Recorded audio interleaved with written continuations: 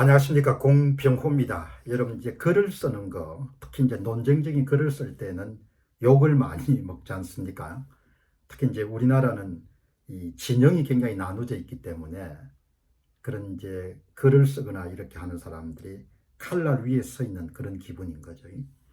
그다음 뭐 이 지금 유튜브 방송도 마찬가지지 않습니까? 논평을 한다는 것은 비판을 할 수가 있는 그런 여지가 굉장히 많은 거니까. 그러니까 이제 그걸 비판을 반대 의견을 수용하는데 좀 인색한 사람들이 많지 않습니까? 기분이 나쁘니까 내가 갖고 있는 생각하고 당신 생각이 다르면 논평자를 전부 다 이제 깔아뭉개는 그런 분들이 꽤 계시죠. 근데 뭐 그렇게 기분 나빠할 필요는 없지 않습니까? 어떤 사람이 자기의 사유의 결과물을 이야기하는 거니까 사람이 다 다른 것처럼 주장도 다 다를 수 있지 않습니까? 제가 이제 오늘 이 이야기를 내세운 것은 동아일보의 아주 이제 세상 용어로 하면 좀 독설가죠. 김순덕 대기자. 김순덕 대기자가 1962년생입니다. 그러니까 이제 대한민국에서는 전형적인 이제 586 세대에 해당하죠. 김순덕 대기자가 글이 굉장히 매섭죠. 굉장히 이제 매섭기 때문에 이제 지난 문정권에서도 매서웠지만 윤석열 정부에서도 굉장히 글이 맸었기 때문에 이제 글이 나가고 나면은 밑에 하단에 이제 의견들을 보게 되면은 좀 비난하는 사람들도 굉장히 많죠. 저도 이제 의견이 김순덕 대기자하고 좀 다를 경우도 있지만, 그러나 저는 대단히 이성적으로 당연히 이런 사람도 이런 글을 쓰고 또 그것에 주목할 필요가 있다 이렇게 생각하는데, 이제 많은 분들이 김순덕 기자를 굉장히 많이 나무라죠. 그래서 이제 과거에 조선일보의 김대중 주필 같은 경우는 밑에 댓글란을 없애버렸지 않습니까? 그 댓글을 읽는 사람 자체도 또 자기 글에 대해서 사람들이 어떻게 생각하느냐 궁금해서 읽을 때 마음의 상처를 받을 수가 있으니까. 예. 이제 김순덕 대기자는 항상 대기자 이렇게 생각해 왔거든요. 2018년도에 대기자가 됐으니까. 그런데 며칠 전에 윤 정부를 아주 신랄하게 비판하는 글을 보니까 김순덕 고문이 돼 있는 겁니다. 그래서 이제 본능적으로 야 이게 왜 대기자를 한번 하면은 굉장히 오랫동안 대기자를 할 수 있는데 이 고문이 왜 됐을까? 혹시 외압이라도 있었던 것일까? 외압을 받을 수도 있을 정도로 글이 매서운 거죠. 아주 가혹할 정도로.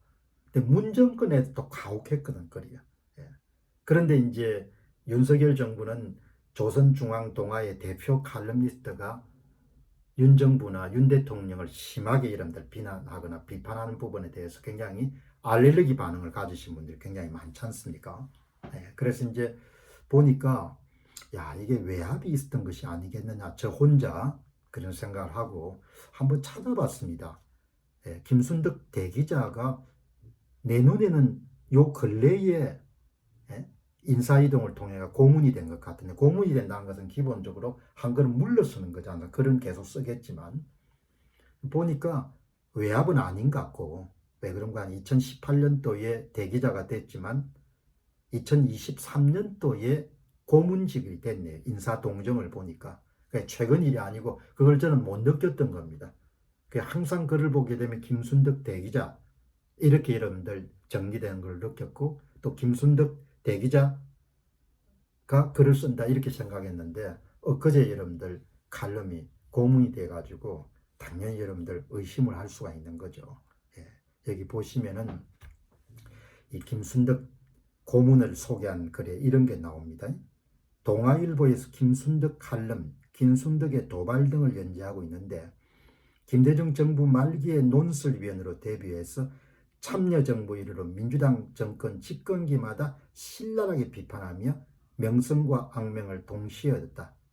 마그렛 대처와 시장주의를 긍정하는 보수우파 농객인데, 하지만 윤 정부 들어서서 보수 야당적 시각에 직언을 쏟아내면서 졸지에 국민의힘 지지자들에게 좌파 취급을 받고 있다. 이런 경우에 농객은 손평인도 마찬가지다. 동아일보의 대표 보수 여장사로 가졌던 독보적인 입지가 있기에 더욱 두드러진 스탠스다. 예. 그 사람들은 그렇게 기대하는 겁니다. 아니 당신이 보수 진영 사람들에게는 우리 편인데 왜 우리 편을 까는 이야기를 하냐 이런 이야기인 거죠. 공병호 TV에서도 글을 남기신 분들이 가끔 그런 분이 많은데 아니 당신 우리 편인 줄 알았는데 왜 우리 편을 까는 이야기를 하냐 이런 이야기를 하는 거죠. 우리 편을 까는 것이 아니고 우리 편인 게 아니고 그 양반의 논조, 관점이나 시각에 따라서 비판적인 시각을 드러낼 수가 있는 거죠. 그런데 김순덕 고문은 좀 글이 가혹합니다. 제가 봐도 가슴이 약간 떨릴 정도로 야 이렇게 가혹하게 글을 쓸까. 일찍부터 그런 글을 써온 겁니다. 그러니까 이낙영가 동아일보 출신이지 않습니까? 이낙영의 기자 시절 후배로 자네는 이름은 순덕인데 글은 왜 이렇게 독하게 쓰는 거냐 이런 애정어린 충고를 받은 적이 있다고 한다. 예. 원래 글이 매서운 거죠. 예. 그래서 아마 김순덕 고문이나 대기자 글을 좋아하시는 분도 있겠지만 굉장히 이렇게 섭섭해하고 불편하게 여기는 사람도 있겠죠.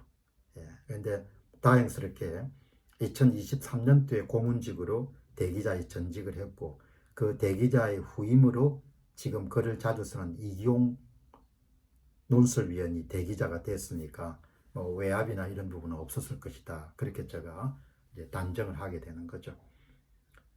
아주 가혹한 글을 쓰는 사람들도 그걸 이제 받아들일 수 있어야 되는 거죠. 예. 왜 사람의 생각이 다른 거니까. 그러니까 우리 편이 왜 그런 글을 쓰느냐 이런 요구는 조금 이제 무리한 요구라고 이렇게 볼 수가 있는 거죠. 예. 그래서 제 생각에는 여러분들이 논평이나 그런 글을 보실 때도 제가 부탁드리고 싶은 것은 사람의 의견이 다 다르지 않습니까? 그냥 마구 이름 까놓으면 문제가 되겠지만 좀 독설적인 표현을 사용하더라도 저 양반의 직업이 저 양반의 일이 그렇게 상대방의 언행이나 행보를 두고 비평하는 일이니까 그렇게 생각하면 훨씬 더 도움이 되겠죠. 이제 오늘도 보니까 김건희 여사의 논평에 대해서 한 분이 제가 보낸 영상을 보내고 김건희 여사에 대해서 무슨 가스라이팅을 시도하는 그런 방송을 왜 내보내냐 이렇게 이야기하지만 그런 게 아니지 않습니까? 김건희 여사의 도이치 모타스 주가 조작 사건의 사실이 이러니까 이 문제에 대해 사실을 바라보는 시각은 또 다르겠죠. 저는 그 사실을 볼 때 이게 문제가 있기 때문에 검찰에서 무혐의 처리해서는 안 된다. 더 강한 반발을 불러올 가능성이 높다. 그렇게 생각하기 때문에 논평을 그렇게 내보낸 거고 그렇지 않은 사람들은 아니 무슨 이야기냐 이미 다 해결된 문제인데 그렇게 사실을 바라보는 시각이 다른 거죠. 그런데 그 시각을 갖고 당신이 어떻게 보수 논객인데 그렇게 우리 편을 비판하는 이야기를 할 수 있냐 이렇게 이야기하는 것은 그거는 그렇게 이제 옳은 것은 아닌 거죠. 공병호 TV를 보시는 분들도 그냥 마구 까는 게 아니고 잘못된 일은 이게 잘못된 것 같다 이렇게 이야기를 피력할 수 그거를 관용할 수 있는 사회가 여러분들 한 단계 더 나아간 사회라고 볼 수 있는 거죠. 김순덕 대기자의 그런 좀 아주 혹독합니다. 혹독하기 때문에 불편한 사람들이 있겠지만 이런 사람들도 우리 사회 논객으로서 있어야 된다 이렇게 생각하면은 뭐 괜히 그냥 그런 거를 그냥 넘기거나 아니면 또 주목해서 볼 수가 있겠죠. 관용, 관대함 이런 것은 개인적 덕목으로 대단히 중요한 거죠. 다른 사람이 자기 판단 기준에 미뤄가지고 뭐 그렇게 바람직하지 못한 주장을 하거나 그런 옷을 입고 있더라도 그냥 내면색에 좀 다르구나 그렇게 생각하고 넘어가는 겁니다. 그걸 정죄할 필요는 없을 것이고. 감사합니다.